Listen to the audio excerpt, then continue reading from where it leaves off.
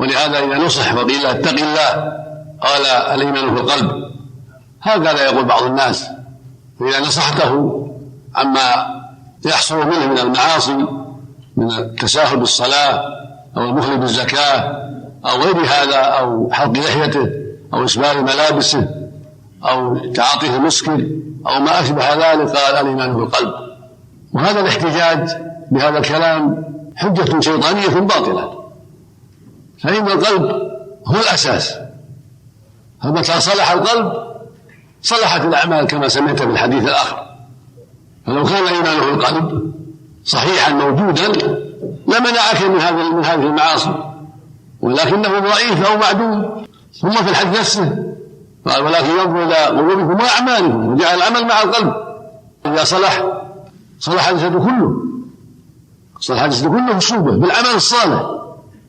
فإذا صلح القلب صلح البدن، فانقادت الجوارح لطاعة الله وانكفت عن محارم الله. هذا هو الصلاح.